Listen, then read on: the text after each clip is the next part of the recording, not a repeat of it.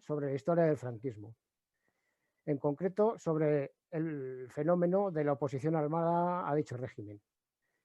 Yo particularmente me rebelo contra el trío de partidos neofascistas que han entrado en este presunto sistema democrático donde misteriosamente al jefe del Estado no lo vota nadie. Estos partidos no solamente niegan la historia, sino que intentan reescribirla a su favor e inducen a creer que la guerra de España del 36 y el posterior periodo franquista son cuentos del abuelo que ya no interesan a nadie. Pero año tras año nos encontramos con nuevas obras históricas, con nuevas novelas, documentales, películas. Hace poco se ha estrenado una titulada Maquis, protagonizada simplemente por mujeres. Y tratan sobre este fenómeno y un ejemplo está aquí esta tarde con dos obras, dos novelas que lo atestiguan. La novela, a la par que los libros de historia, también contribuye de una manera indirecta a que los hombres del monte aparezcan en historias ficticias o en relatos novelados basados en hechos reales. En las jornadas anuales siempre tendremos una mesa dedicada a la bibliografía del Maquis, porque entendemos que sobre la guerrilla todavía no está todo escrito. Esta mesa la vamos a organizar de la siguiente manera. Primero habla un autor, luego habla el otro autor, expondrán lo que ellos consideren sobre el relato de su obra y luego entre medias daremos paso a las preguntas que vayan sucediendo, no todas porque no podemos atender a todas, y luego cuando ya se contesten las preguntas finalizarán con su exposición cada uno de su obra. Empezaremos con Alejandro Martínez de Gallo. Es un escritor muy conocido que se desenvuelve con maestría en el mundo de la novela negra. Tiene numerosas obras sobre este género y varias de ellas con la guerrilla antifranquista como protagonista. Alejandro es leonés, es de Astorga, licenciado en Filosofía, Ciencias Políticas y Ciencias de la Educación. Fue oficial del Ejército y jefe de las policías locales de Astorga y Langreo, en Asturias.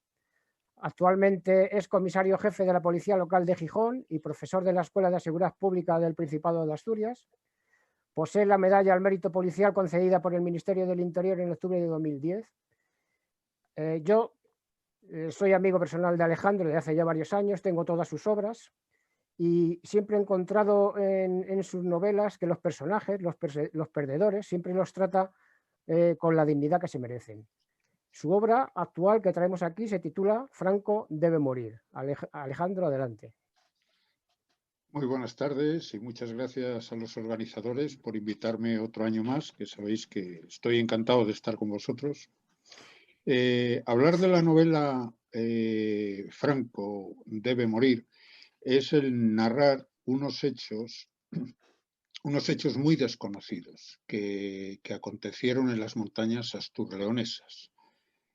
Concretamente, es el periodo posterior a la matanza del Pozo Funeres, que es la primavera del 1948, y de la matanza de guerrilleros en la montaña por una traición en enero-febrero del 48. Son los hechos posteriores, hasta el año 50. Y los tres grandes hitos que van a suceder en las montañas asturleonesas en esos 2 años van a ser, en principio, la organización de la fuga de guerrilleros a través del puerto del Luanco en una expedición financiada por Indalecio Prieto desde Francia y que se la encargan al marino bilbaíno Lezo de Urreitieta, que lo pronuncio mal, este apellido, porque es larguísimo, como todos esos apellidos vascos. Y esa operación de evacuación de los guerrilleros, ya porque sobre todo eran de la guerrilleros socialistas, al frente con el comandante Flores y el comandante Mata, porque consideran que la lucha armada ya en ese momento no era una forma de trabajar en la clandestinidad. Es el desembarco, la llegada del barco, a Luanco y la fuga de los guerrilleros en esa operación por Indalecio Prieto. En segundo lugar, narro el tema de que ya en las montañas asturleonesas, en ese momento, a partir de octubre del 48, ya solo quedan los irreductibles. Es decir, en Asturias, las partidas al mando de Manolo Casigal y en León las partidas de Manolo Girón. De tal manera que, bueno, consideran de que ya está todo perdido, ya la única alternativa ya que les queda es posiblemente un atentado a Franco, y ven la posibilidad en la inauguración de la térmica de Ponferrada, y en ese mismo acto van a nombrar hijo predilecto a Franco en el Ayuntamiento de Ponferrada.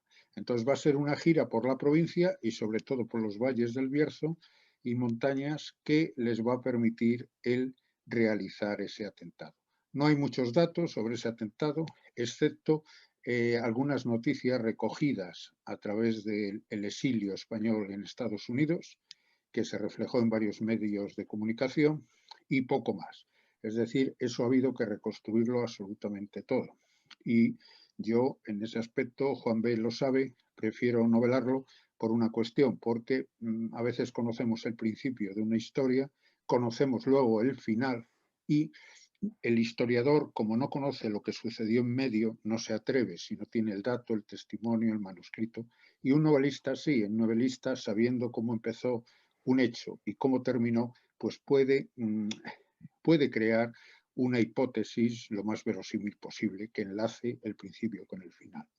Y luego ya el tercer hito de la novela es la parte final, que es ya el cerco a la partida de Casigal en La Peña, en la montaña de La Peña, en Pola Laviana, donde ya les dan cerco tanto las fuerzas parafascistas, paramilitares, la Guardia Civil, incluso los regulares que están en la montaña, y ese cerco consiste en el fin ya de Manolo Casigal y el equipo directivo, diría, por decirlo de alguna manera, en ese momento de la guerrilla en Asturias.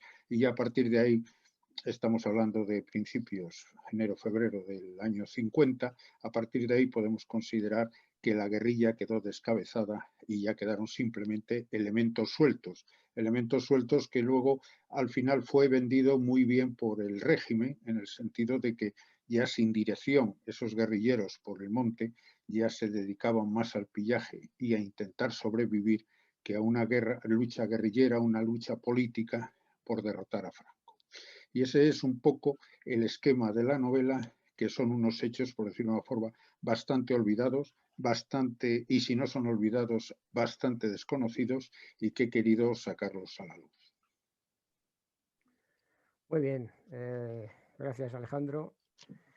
El segundo autor es Benjamín Malavia, nos trae su obra Operación Telaraña Verde. Benjamín nació en la zona del Andete, muy cerca de Santa Cruz de Moya, zona de la Serranía Baja, donde actuó la agrupación guerrillera de Levante y Aragón. Y aunque reside en Arganda del Rey, en una localidad de la Comunidad de Madrid. Fue maestro de educación primaria en varios colegios, de los cuales en alguno creo que llegó a ser director, por lo menos eso he visto en internet, no sé si es cierto, sí. Pero en la actualidad está jubilado, lo que le ha beneficiado para tener tiempo y empezar a escribir novelas, y esta es la primera. Aunque se encuentra trabajando en una sobre espionaje, que sería la siguiente. Benjamín. Exacto, exacto. Ya puedes empezar, Benjamín. Bien, buenas tardes. Mis primeras palabras son para mostrar mi apoyo, solidaridad y también mi pena por las personas afectadas por el COVID-19. Ahora estamos en la segunda ola de esta terrible pandemia que nos ha tocado vivir, y a los afectados tanto económicamente o enfermedades o lo que es más triste, por fallecimientos. A todos ellos, pues por mi apoyo y mi solidaridad. Mi agradecimiento al presidente de la Asociación La Gavilla Verde, Pepe Gorges, y al resto de responsables por la gran labor que estoy desarrollando en la preservación de la cultura rural y de su desarrollo social y económico. También quiero agradecer el mantener viva la llama del maquis de la guerrilla, además de otras muchas actividades. Ti, Juanbe, te agradezco que me hayas invitado a participar en esta mesa, y quiero también saludar a Juan Lázaro, nuestro informático, que a buen seguro pues estará por ahí entre cables y pantallas, velando porque esto salga bien como así está siendo. También quiero saludar a mi compañero de mesa, Alejandro, y a todas las personas que nos están viendo en este momento. Mi obra, voy a ser muy rápido, a ver si lo intento como Alejandro, es una obra llena de creatividad, de realismo y de viveza. La trama se desarrolla en dos tramos temporales, en los años 30, 40 y 60, 70 del siglo pasado. Y se mezclan perfectamente pues, la vida y la muerte, la guerra y la paz, la tragedia y el humor, el amor y el odio, y sobre todo se mezcla la fantasía y la realidad. Objetivos. Yo creo que con el primer objetivo que voy a decir ahora, pues enlazo también con muchos postulados de la Gavilla, y es dar a conocer la vida rural en la segunda mitad del siglo XX de una aldea conquense. Yo hablo de su economía, de su agricultura, ganadería, de sus costumbres, de sus comidas típicas, de sus tradiciones, y ese sería el primer objetivo. El segundo sería aportar un grano de arena en la promoción turística de nuestros pueblos. Vemos que nuestros pueblos cada vez van perdiendo población. En el turismo, pues probablemente podríamos encontrar una salida a este fenómeno. Todos nuestros pueblos, con la fortaleza de Moya a la cabeza, pues tienen puntos muy bonitos que merecen ser visitados por el resto de personas. El tercer objetivo es, yo intento dar unas enseñanzas en mi novela, aquí quizá me ha salido mi vena docente. Debemos evitar el prejuzgar a las personas, el ayudarnos más, el saber que para ser felices no hacen falta grandes cosas y otras muchas facetas. Va dirigida la obra a todo el público en edad de leer, a los mayores nacidos en los pueblos para que recuerden sus raíces y al resto de la población para que conozcan la vida de los pueblos. Dedico un capítulo al tema del maquis, que en mi segunda intervención me ceñiré estrictamente a este episodio. Es necesario que les cuente, para saber el motivo de por qué he colocado este capítulo, pues voy a dar un brevísimo resumen de la novela. Es un diálogo, los dos protagonistas principales son un señor mayor de 63 años, él está enfermo y no quiere morir sin contarle a alguien su agitada e intensa vida. Entonces él elige a un chaval de la aldea de los Huertos de Moya, que se llama Ben, como pueden suponer es el autor de la novela y el que les habla, y en los diálogos pues aprovecha para contarle anécdotas y tradiciones de su pequeño pueblo.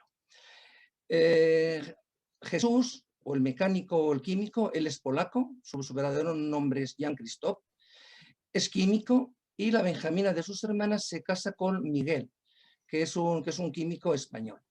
Los dos cuñados tienen una afición común, que es dar con un producto que acorte considerablemente el ciclo vegetativo de los vegetales. Entonces, tras años de dura investigación y también con un poquito de suerte, dan con esta fórmula prodigiosa que es capaz de obtener en un año hasta 8 cosechas de cereales. Entonces, cuando el gobierno republicano ya estalla el conflicto, se traslada a Valencia, Miguel, que reside en esta capital de Turia, presenta este proyecto a la República. Ellos rápidamente se dan cuenta de que tienen entre sus manos pues un arma secreta que les puede ayudar a inclinar la balanza de la contienda a su lado. Rápidamente ordenan la construcción de 3 gigantescas bases, pero aquí nos encontramos con un problema, que es que la fórmula es muy compleja y la tienen repartida entre los dos cuñados. Hace falta la presencia de los dos para que el proyecto funcione. Miguel vive en Valencia, pero Jesús, cuando estalla el conflicto, está veraneando en Galicia. Entonces tienen que traer como sea a este hombre a tierras republicanas. Encomiendan la misión a la élite de sus agentes, en la que se incluye alguna mujer, y el bando nacional, lógicamente, se entera de estas circunstancias e intenta todo lo contrario. Aquí se suceden unas escenas muy bonitas, muy interesantes de espionaje, porque intentan traerlo en un submarino, en un hidroavión. Al final marchan hacia tierras extremeñas y en Mérida Jesús ya se queda, mueren todos los agentes que intentan traerlo a territorio republicano, mueren y se queda solo. Por fortuna, y tiene un golpe de suerte en los aseos de la estación, se encuentra a un sanitario, a un enemigo moribundo. Cuando muere, suplanta su personalidad y participa en la batalla del Jarama. En un momento determinado cruza las líneas, llega a Madrid y empieza rápidamente la producción de alimentos a gran escala. Se obtienen las primeras cosechas y con el tiempo pues, los nacionales averiguan el paradero de las bases en Valencia, Barcelona y Madrid, las destruyen y cuando destruyen la de Madrid, que está en el Parque del Capricho, en ese momento están los dos cuñados trabajando. Muere Miguel y Jesús se marcha a Valencia a contarle a su hermana de primera mano la triste noticia. Ahí permanece hasta el final de la guerra y cuando finaliza el conflicto, él es una pieza de caza mayor. Fue codirector general del proyecto Operación Telaraña Verde. Ve peligrar su vida y se mete en el maquis. Y aquí pues termino mi primera intervención. Gracias por su paciencia y las preguntas que quieran formular, pues muy gustosamente las responderé. Gracias. Muy bien, Benjamín. Bueno, yo no hay ninguna pregunta en el chat de momento, pero yo sí tengo una para cada uno. Entonces voy a empezar con Alejandro. Alejandro, en tu novela, hay mucho personaje verdadero, mucho guerrillero y jefe guerrillero de la guerrilla astur-leonesa. Hay mandos de la Guardia Civil y guardias civiles que son auténticos. Introduces el Hospital Varsovia de Toulouse, que muy poca gente conoce, que fue un hospital que se creó para curar a los guerrilleros que podían pasar a Francia heridos. Y rescatas una figura la figura de Sabugo, que dentro de lo que fue un cuadro importante del Partido Comunista, que sacrifica y lo manda a España para que se haga cargo de la guerrilla del norte, y luego lo trata de traidor y lo mantiene en el olvido. Tú ahí lo rescatas, pero sobre todo dentro de lo que es todo el entramado de la novela, pones a una figura que no existió, que es una mujer. ¿Cómo se te ocurrió poner a una mujer en ese momento? Quien haya leído mi novela Operación Exterminio, publicada en Ediciones B en el año 2009, yo creo la figura de María Libertad como una muchacha que quiere ser guerrillera. Entonces ahí muestro, ya en esa novela, una de las grandes contradicciones de la propia guerrilla y de la propia, diríamos, estructura del bando republicano, porque no dejaban a las mujeres ser guerrilleras, ¿no? Concretamente el Partido Comunista y a lo mejor eran más liberales, por llamarlo de alguna manera, la CNT y el POUM, que los otros partidos institucionales.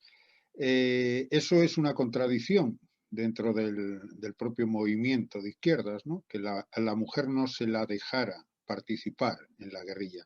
Con lo cual yo rescato, creo un personaje que quiere ser guerrillera y se va a encontrar con la oposición, diríamos, de sus compañeros de bando. A partir de ahí, con este personaje ficticio que ya creé en Operación Exterminio, me permite traerla de nuevo a esta novela porque no deja de ser el elemento que va a enlazar como la argamasa, enlaza todo lo demás. Lo que tú bien decías, personajes reales, personajes ficticios, y este personaje de María Libertad es la que va en todo momento a irlos uniendo con sus acciones, con su, diríamos, con su tesón de querer ser guerrillera.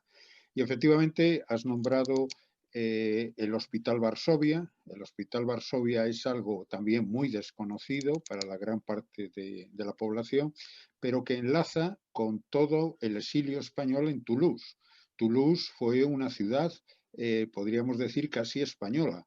Teníamos 100.000 compatriotas en Toulouse y se organizaron de tal manera que tenían escuelas, tenían hospitales, es decir, era todo una red, como una ciudad paralela de autoayuda al exilio, es decir, y todavía existen reminiscencias. Lo más significativo, evidentemente, fue el Hospital Varsovia, que no fue creado en un primer momento pues para tratar a toda la guerrilla del Valle de Arán cuando en octubre del 44, pero luego se convirtió en un hospital de ayuda a todo el exilio y que el propio gobierno, cuando el gobierno francés, ya siguiendo órdenes de Estados Unidos, empieza a purgar al Partido Comunista en Francia, también cierran el Hospital Varsovia.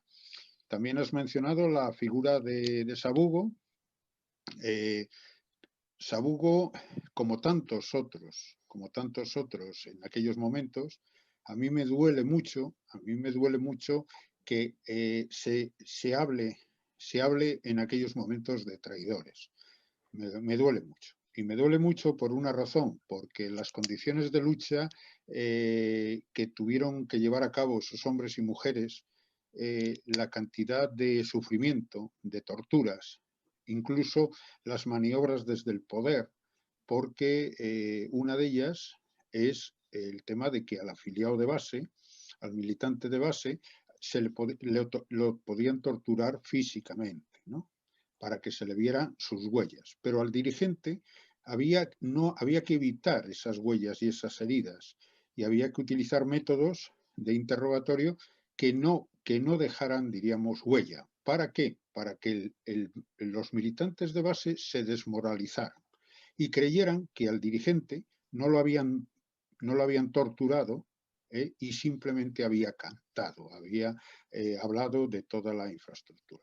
Y Sabugo yo creo que es una de esas figuras, una figura que él resistió todo lo que pudo, las torturas y los interrogatorios, con la idea de que la gente de la montaña, llegaran las noticias, sabía que si resistía un día más los interrogatorios, llegarían las noticias de su detención a la gente de las montañas y pudieran cambiar la ubicación. Y resistió todo lo que pudo. Al final no fue suficiente. Tenía que haber a lo mejor resistido algunos días más, no lo sabemos. Lo que pasa es que esa resistencia se consideró insuficiente y entonces se le tildó de traidor. Y es una forma de rescatar a mucha gente del olvido que diríamos que los propios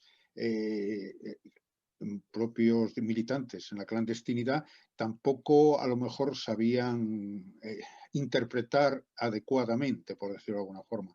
Luego ya, ¿quién mató a Sabugo? Al final, pues bueno, sigue siendo una incógnita. Lo que pasa es que hubo gente que partió de la base de que Carrillo había dado la orden o que no había dado la orden. Lo que está claro es que estamos hablando de la clandestinidad, de la posguerra, de la transición, de la posguerra española, de la posguerra de la Segunda Guerra Mundial, y la sociedad en la que se vivía era una sociedad muy violenta, una sociedad muy crispada, y a lo mejor nadie tuvo que dar la orden de matarlo, simplemente lo mataron. Y entonces es una situación de que yo quise también en la novela recuperar la figura de Sabugo. Muy bien, gracias Alejandro. Bueno, se ha animado la cosa y hay preguntas. Hay dos preguntas para Benjamín y otra más para Alejandro. Voy a preguntar la primera para Benjamín, de María José García. Pregunta que cuánto hay en tu novela, además de pasión por la historia, tu tierra y tu gente y de ti mismo. Bien, toda la parte real de la novela, que es por las descripciones que realizo de mi tierra, todas las historias, yo creo que la parte mía, la parte que manifiesto, yo he querido ser con esta obra, la he tratado desde la moderación. Yo creo, por lo menos así me siento, una persona moderada, que procura pues no hacer daño. Entonces todas esas enseñanzas que las pongo casi todas en boca del Señor Mayor, de Jesús, que por cierto, este señor sí vivió, existió en la realidad en Fuente el Espino de Moya. ¿Y por qué he puesto este personaje? Pues porque yo quizás siempre me he sentido más cómodo en la sombra del árbol que en la luz. Es decir, me he sentido más cómodo con las personas humildes que con las personas ricas, con el débil que con el poderoso. Entonces yo he puesto en boca de este personaje pues cosas que yo pienso que nos irían bien a los españoles si las aplicáramos un poquito entre nosotros. Porque la verdad, muchas veces nos tiramos los trastos a la cabeza y luego cuando tratamos a una persona, por eso yo digo que no se debe prejuzgar, pues nos damos cuenta que estamos en un error. Entonces, todas esas pequeñitas enseñanzas que yo he intentado inculcar, pues eso forman parte de mi personalidad. Además, en el prólogo de la novela, pues también he introducido algunos comentarios que son, pues digamos, pues como mi testamento político, ¿verdad? Es lo que yo pienso de la realidad actual. También he aprendido una cosa, con la experiencia lo he aprendido, que la botella, ¿cómo está? ¿Medio llena o medio vacía? Pues no lo sabemos, porque depende, yo veía cosas que pensaba que estaba medio llena y con el tiempo pues me he dado cuenta que es lo contrario. Entonces, pues contestándole a María José, pues todos esos pequeños mensajes que mantienen en los diálogos Jesús, el químico o el mecánico, y Ben, que es la persona que les habla, pues eso es mío, sí, eso es mío al 100%. Creo Gracias. que te habré contestado bien, María José. Gracias, Benjamín. Una pregunta para Alejandro. A ver si sabes, Alejandro, si está documentado y dónde la intervención directa de Indalecio Prieto desde Francia para lo del barco desde el puerto del Luanco. Sí, y además tienen fotos, hay fotos, Sí. porque al llegar de regreso a San Juan de Luz, en la casa en la que habitaba Indalecio Prieto, invitó a todos los guerrilleros al patio interior con el marino Lezo, el bilbaíno, y entonces se puede apreciar. Fueron publicadas en El Socialista, no me acuerdo el número ahora, del Socialista de aquella época, Sí, pero en la en novela varios libros han salido, sí. sí, se han salido, e incluso es curioso el ver que entre todos los guerrilleros había una mujer, y en las fotos se ve, es Antonia del Bierzo, con dos niños pequeños que había atravesado con ellos todas las montañas hasta llegar a Luanco y coger el barco. Y en esas fotos se ve a una persona de espaldas, en esas fotos que aparecieron en El Socialista. Esa persona de espaldas es precisamente el marino bilbaíno, Lezo, del que estoy hablando, que fue el que dirigió la expedición. Y que de hecho este marino han hecho un documental sobre su vida en el País Vasco, donde contaron muchas de las hazañas que él llevó a cabo en su vida, como en plena guerra civil, el coger un barco desde Irlanda y desde Francia y lleno de fusiles y meterlo, cuando estaba cercado Bilbao, meterlo por el puerto para llevar esos fusiles al bando republicano. Y otra serie de hazañas de él, porque por ejemplo también tenía tratos con el presidente de Irlanda de aquel momento, tenía tratos con Lázaro Cárdenas, al que quiso proponerle que le cediera una isla para llevar allí a todo el pueblo vasco y construir allí diríamos, el País Vasco, en esa isla mexicana que tenía deshabitada. Es decir, toda esa cuestión está bastante documentada. Yo creo que quien le interese lo puede conseguir a través del Socialista, de esa revista de aquella época que fue publicado, puede conseguirlo también a través de ese documental de hace poco, a través del documental ese que ha sido producido en el País Vasco. Ahora aproximadamente, creo que no puedo decir la fecha, pero me parece que ha sido de hace 2 o 3 años. Aparte del Socialista, no se sabe si algún otro medio internacional, en España no, porque todo eso se tapaba, pero algún otro medio internacional se hizo eco de ese desembarco. No, porque, a ver, yo no tengo constancia, salvo diríamos, los comunicados que Indalecio Prieto intentaba trasladar a la ONU, ¿no? A la ONU de las matanzas, de lo que estaba ocurriendo, sobre todo cuando lo del Pozo Funeres. Yo creo que se hizo mención más a la cuestión de las matanzas internas que se daban a conocer en la ONU. El tema diríamos, del barco, de tal, yo creo que quedó simplemente a nivel interno, a nivel de ese periódico, a nivel interno, porque también era ya, por decirlo de alguna manera, la muestra de la derrota total. O sea, ya si ya te marchas, porque todavía a lo mejor quedaba algo de esperanza mientras la guerrilla estaba en las montañas, ¿no? Aunque ya que en un momento aguantaron esperando a que la guerra mundial acabara porque pensaban que iban a invadir España. Eso ya nunca ocurrió. y evidentemente la marcha de los guerrilleros combativos aquí en el norte ya era un síntoma de que nos han derrotado. Bien. Para Benjamín, sabemos que estás preparando una nueva sobre espionaje, pero preguntan si no solo esta, sino que si estás pensando alguna otra obra dirigida hacia la memoria histórica. Cierto modo, mi obra, mi segunda novela, que la tengo prácticamente terminada, probablemente se titule Alma Roja, Alma Azul. Es un doble agente y este agente tiene una misión, no voy a adelantar grandes cosas, pero yo creo que sí está relacionado, que la misión consiste en atentar contra Franco y su gobierno. Él llega un momento que no sabe, lanza la moneda al aire y no sabe, porque claro, tiene, como he dicho antes, las dos almas.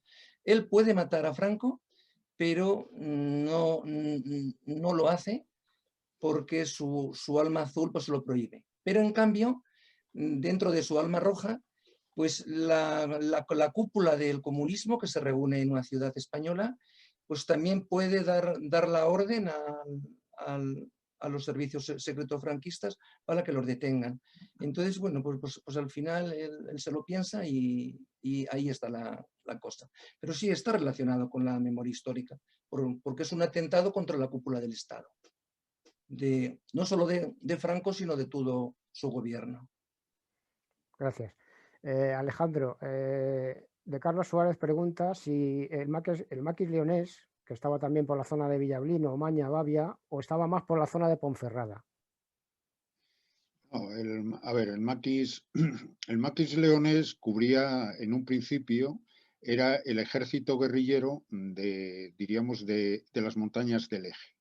Es decir, que en un primer momento pilla todo lo que son las montañas de León con las de Orense. Esa es la forma de trabajar. Es decir, aunque Girón y su gente eran de la zona de Laciana y de pueblos, ellos ahí ya empezaron a presionar mucho el franquismo en la posguerra.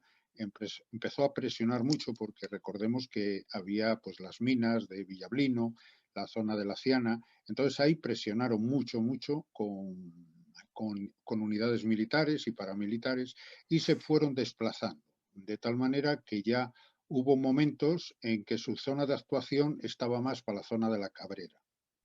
Entonces, pero ya digo que en un principio, aunque yo novelo, que ya es el último momento, novelo la cuestión de los últimos resistentes en Asturias y los últimos resistentes en León, en realidad todo el trabajo de la guerrilla leonesa siempre fue con Orense, más bien con la guerrilla gallega. ¿Por qué razón? La razón está en el propio desarrollo de la guerra civil. Nada más que se da el golpe de Estado de Franco, resulta que Galicia y León queda en la parte nacional. Entonces, desde ese primer momento se constituyen los guerrilleros, desde ese primer momento. Desde el momento en que ya esas partes y territorios de Galicia y León se ponen de parte del bando nacional. Sin embargo, en Asturias están de parte del bando republicano, con lo cual no se han constituido los guerrilleros. Los guerrilleros no se constituyen hasta octubre del 37, que es cuando cae el Frente Norte. Es decir, León y la guerrilla de León y Galicia lleva un año y pico de ventaja sobre la guerrilla asturiana, que la guerrilla asturiana se empieza a constituir en octubre del 37, y de ahí que se les conozca como los huidos o los fugados. ¿Por qué? Porque evidentemente ha caído el Frente Norte y son soldados que el régimen quiere dar a entender de que han huido. No han huido, se han replegado a las montañas para empezar la lucha guerrillera en Asturias, cosa que en León y en Orense y en Galicia ya llevaban un año y pico. Bien, yo quería preguntar a Benjamín, sé que la zona donde naciste, zona guerrillera, como ya hemos hablado, has tenido contacto de relatos orales y te ha interesado el tema de la guerrilla y has investigado por tu cuenta y has recopilado relatos orales de los verdaderos protagonistas. Si has tenido muchas reticencias de los verdaderos protagonistas que pasaron esas penalidades en contarte lo que pasó. Y Esto lo tenía reservado, yo imagino que en el último turno en la Sí, última intervención voy a hablar porque realmente es lo importante de sí, la intervención, todas esas experiencias. No, yo era un niño, yo me crié, yo nací en los huertos de Moya. Mis padres me inscribieron en Landete, por eso oficialmente en mi carnet pone Landete, pero yo realmente nací en los huertos de Moya, en un molino hidráulico que había en esta localidad. Entonces, en esos años yo era pues un chico de 10, 11 años, y entonces en esa época pues la Guardia Civil visitaba mucho los rentos, los molinos, pues en parte cuando las inclemencias meteorológicas eran muy malas, pues un poquito para buscar refugio, y sobre todo para que los dueños de estos lugares pues les firmaran, ellos llevaban unos papelitos, como unas actas, para justificar ante el mando que habían estado en esos lugares. Entonces yo escuchaba, ellos lo hablaban entre ellos, y en conversaciones pues con mis padres, pero no de una forma natural, a lo mejor pues pensaban, este chico no, está jugando y no se está enterando de nada. Yo nunca he tenido ninguna reticencia en todos estos capítulos, la verdad es que yo no lo pregunté en ese momento. Y yo lo iba a contar y sin ningún problema. Luego mis padres pues también hablaban alguna vez, eran años, yo nací en el 55, aunque en mi carnet pone el 56, pues soy una persona que está en un lado y está en el otro, que esto me ha inspirado precisamente a mi segunda novela, Alma Roja, Alma Azul, y reticencias no he tenido nunca. vale. Bueno, ahora ya una última pregunta para Alejandro y ya os dejo para que terminéis vuestra exposición sobre vuestra novela. Es una pregunta más enfocada, Noemi Medina pregunta, es una pregunta más enfocada, creo yo, a historiadores, pero bueno, yo sé que tú, para informarte para tus novelas, siempre has tirado de archivos y has tirado de lo que has podido, ¿no? Pregunta si el acceso a los archivos policiales y de la Guardia Civil todavía hay mucho por desclasificar sobre la guerrilla antifranquista. Yo sé que en los archivos de la Guardia Civil, cuando murió Franco y en la transición, se quemó mucho archivo sobre la guerrilla porque no se quería saber qué es lo que pasó en esos momentos, pero por si todavía queda algo por salir de relevancia. A ver, vamos a ver, tampoco hay que plantear que los archivos de la Guardia Civil son como los archivos de la CIA, que hay que desclasificar el atentado de Kennedy, ¿no? En este momento, el Ministerio Interior y el archivo de la Guardia Civil, si uno solicita algo y tiene, diríamos, carnet de investigador o es familia de la persona que está solicitando la documentación, no tiene ningún inconveniente en dártelo. Lo que pasa es que hay que pedirlo documentado, hay que tal, no puedes decir, mándeme todo lo que ustedes tienen sobre, yo qué sé qué decirte, Casigal, pongo por caso, ¿no? Eso no es, eso no te lo van a mandar, no van a poner una persona en el archivo para buscarte todo eso para ti, ¿no? Pero en caso muy concreto que documentas que eres familia, que no sé qué, qué tal, que quieres, efectivamente te lo van, no hay nada que ocultar en este momento. Es decir, antes tú, Juan, decías el tema de que muchos guardias civiles aparecían en mi novela.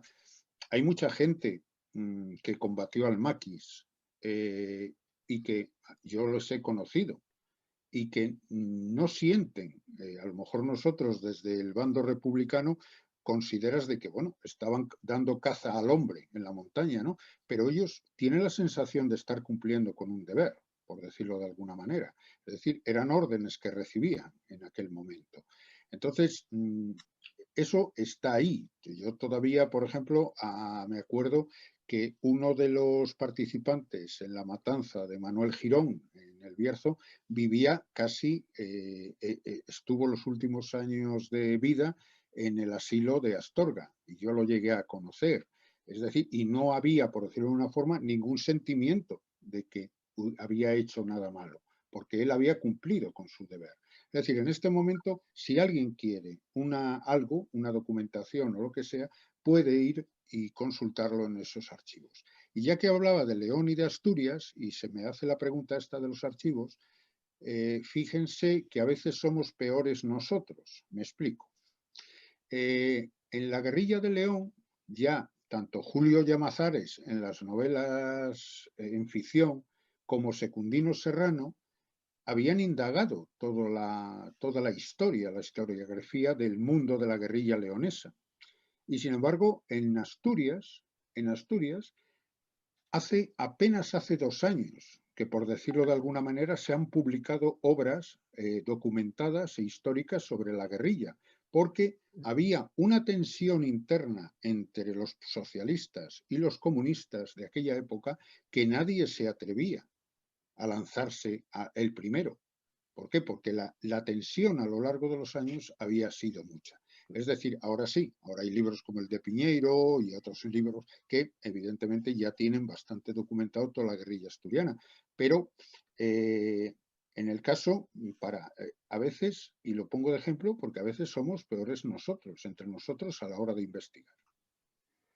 Bien, bueno, ya si quieres, Alejandro, continúa con tu exposición, acabamos y luego ya con Benjamín y terminamos la mesa. ¿Qué quieres? ¿Que termine? ¿Quieres que haga como un resumen? No, hombre, porque como habíamos dividido un poco Bien, en dos perfecto, partes, perfecto. digo, Sí, pues como si me quedara algo por decir, ¿no? Algo de tu libro, sí. Sí. En principio, yo creo que con este libro de Franco debe morir, que abarca, ya digo, desde la matanza del Pozo Funeres hasta la muerte de Manolo Casigal, unido al libro que publiqué en el 2009, que era Operación Exterminio, que eran los 2 años anteriores, es decir, cuando acaba la Segunda Guerra Mundial, hasta El Pozo Funeres. Yo creo que con estos 2 libros yo he terminado de novelar lo que era la guerrilla asturiana y todos los pormenores que se dieron en las montañas, con las luchas internas y además con esa ventaja que os comentaba antes, que un historiador no se atreve a contar nada si no tiene el testimonio, no tiene el documento y sin embargo, o incluso la fuente oral, porque ya sabéis que, y además hago un poco de patria, en el sentido que ya sabéis que la Universidad de Oviedo, a través del Departamento de Historia Contemporánea, tienen las voces de gente que no va a escribir un libro, pero que ese recuerdo, esa memoria oral, y tienen más de 2000 horas grabadas, de gente que ha plasmado ahí en esos audios su vida, lo que vio, lo que escribió, etcétera. Y entonces eso es necesario porque ahí hemos recuperado parte de la historia que no va a ser escrita, pero sí nos la han trasladado de cómo lo vieron, cómo lo sintieron, y es muy importante el recuperar todo eso. Yo, evidentemente, también en otras novelas que tú, Juan B., conoces, como Morir bajo 2 banderas en la Segunda Guerra Mundial, siempre intento recuperar parte de hechos desconocidos por el gran público sobre la memoria y sobre la gente del bando republicano, que, bueno, pues que fueron desconocidos por una razón, porque Franco no le interesaba darlo a conocer y porque luego las potencias europeas tampoco les interesaba, no interesaba tampoco dar a conocer las hazañas, hechos y circunstancias del exilio español republicano que al final fue agotándose. Gracias, Alejandro. Bueno, ya terminamos con Benjamín y su última exposición. Gracias. El capítulo que yo he dedicado en mi libro, en mi novela, se titula El pez que nadie pesca. Como he dicho antes, son testimonios escuchados por un niño a personas mayores, sus padres, Guardia Civil, familiares, amigos. Quiero aclarar que todos los hechos que yo cuento, por lo menos desde el punto de vista del testimonio oral, son ciertos. El tema es cierto. Lógicamente, en la forma, en el envoltorio, las descripciones, pues he añadido elementos subjetivos y de mi cosecha. No tenían por qué ser exactamente así. Voy a detallar algunos. El campamento, un tío mío que vivía en Los Duques, una pedanía de Requena, él contaba, yo tendría 10 o 11 años, que un grupo de maquis con unas tijeras pues habían vaciado el interior de una masa boscosa, habían construido un campamento y aquí pues vivieron durante bastante tiempo sin ser molestados por nadie. Yo este campamento lo he situado en Villagordo del Cabriel, mucho más grande del que originalmente probablemente fuera. Vivían hombres y mujeres, yo les he añadido a los dos. He hablado un poquito cómo era un campamento Y lo que sí es cierto también de esta historia es que todos los apodos que yo pongo a los hombres y a las mujeres, a los maquis, corresponden a personas reales de los huertos y del Andete. Incluso algunos son de mi familia. Falsos viajantes, este es otro episodio que se lo oí contar a unos guardias civiles. Dos maquis tenían que ir pues, a una misión a un pueblo cercano, el pueblo no lo conozco, no me acuerdo cuál era, pues a recibir instrucciones de algún enlace o alguna información, eran fiestas, entonces pues le echaron un poquito de cara al asunto, se vistieron bien trajeados, con su corbata, bien, y entonces pues estuvieron bailando ahí pues con las mozas, incluso una era civilera, hija de guardia civil, y estuvieron ahí pues comiendo y disfrutando a costa del enemigo durante unos días. Esto lo contaban los guardias porque se enterarían después de esto. Con la soga al cuello es otro episodio, ya creo que lo ha nombrado Alejandro antes, en una segunda parte de la guerrilla, pues los maquis, ¿verdad? Las cuadrillas, cuando les faltaban alimentos, pues iban a las zonas donde podían, a los rentos, a los molinos, a las zonas apartadas, pues a ver si conseguían, negociaban, a ver si conseguían alimentos, y se ve que en esta ocasión pues el dueño se puso un poco chulo y tuvieron que aplicarle algún método para que les diera esa comida y ese alimento. El armario con doble fondo, esto es posterior a mi niñez, me lo ha contado mi mujer, me lo contó mi mujer ya casados, que a su vez se lo narró su abuela materna. En esos años pues, la comida escaseaba, entonces pues, los bienes preciados, pues la gente pues, buscaba miles de artilugios. Uno era en las alacenas, en los armarios, pues colocaban con un cartón y lo dividían en dos partes, bien camuflado con periódicos. Entonces en la parte interior pues colocaban los bienes más preciados y en la parte exterior pues colocaban pues un señuelo, porque si lleva alguien a pedirles alimento, dicen, mire, tengo esto, y el otro lo ocultaban. También yo conozco un caso que no me lo ha contado nadie, lo he averiguado yo después, en un pueblo cercano al Landete, en una chimenea, pues tenían un sofisticado sistema para guardar cereales. La chimenea tenía unos adornos y por el piso de arriba pues tenía una trampilla donde ahí pues depositaban el trigo, la cebada, y esto era dificilísimo el descubrirlo. Certero tiro en la frente. Esto yo también lo escuché. Venían de una misión y pernoctaron en un molino. Y se nota que yo fui molinero durante 13 años, probablemente fuera en algún reto. Y entonces pues iba un grupo, pusieron a un vigilante en un montón de chozas y piñas, y eso es así, lo recuerdo perfectamente, y era una noche de luna llena. Entonces el vigilante pues en un momento determinado vio brillar una cosa, él lo achacó al tricornio de un guardia civil, disparó y le introdujo pues un tiro en la frente y lo mató. Los maquis consiguieron huir y los guardias civiles luego se lamentaban de la imprudencia de su compañero, de no haberse quitado el gorro, porque era, pues claro, fácil de ser detectado. Doble fondo en Atroje de Molino. Cuando una cuadrilla de maquis pues venía de una misión, tuvo un tiroteo con la Guardia Civil y un maquis fue herido. Entonces ellos tenían un confidente en un molino cercano, que no es el mío, que podría ser, pero no es. Tenían unos confidentes y entonces allí pues tenían en el atroje, por donde salía la harina molida, pues tenían un doble fondo. Allí curaron al maquis, tenía una herida en una pierna y todos los días iba un veterinario de un pueblo cercano a curar a este herido con la excusa de ir a curar la pata de una yegua o de una mula. Al final pues consiguió curarse y se reintegró a su campamento. Ahora voy a contar quizá el hecho, yo creo que es un hecho desconocido, yo lo escuché perfectamente, y es la muerte de una cuadrilla de 8 o 10 maquis. Lo que he dicho antes de la forma, yo le he dado la forma, yo les he dicho que fueron a un rento, se enteraron de que el dueño había vendido un rebaño importante, y entonces, pues, pero bueno, eso yo no lo sé. Fueron allí y lo que sí es cierto es que estuvieron caminando todo el día. Por la noche se acostaron en una zona boscosa.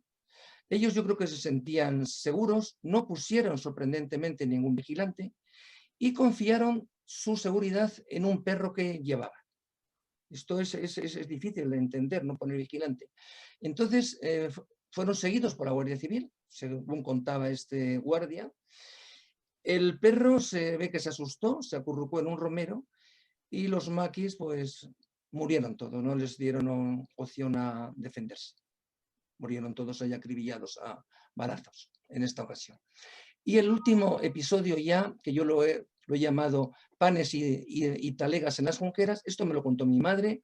Iban paseando, ella era joven, paseando con sus amigas, y a las afueras del pueblo pues empezaron a ladrar unos perros. Dijeron, pues ¿qué pasa? ¿Qué extraño es esto? Se acercaron y allí, entre unas junqueras, pues se encontraron con unas viandas, con unos panes que allí pues alguien había dejado, pues sin duda con la intención de que fueran recogidos por algún miembro de alguna cuadrilla. También hablo de Cerro Moreno, el desgraciado acontecimiento de Cerro Moreno, pero aquí no tengo yo ningún acontecimiento, ningún testimonio, y entonces pues no voy a decir nada, sino que lamento lo sucedido. Y esto pues es un poquito el resumen. Muy bien, pues nada, terminamos esta mesa. Muchas gracias a los dos por haber participado y por vuestro tiempo. Y agradecer también a todos los que nos han estado visualizando. Y después de que cerremos esta mesa, pondremos una nueva actuación de los yayoflautas. Muchas gracias.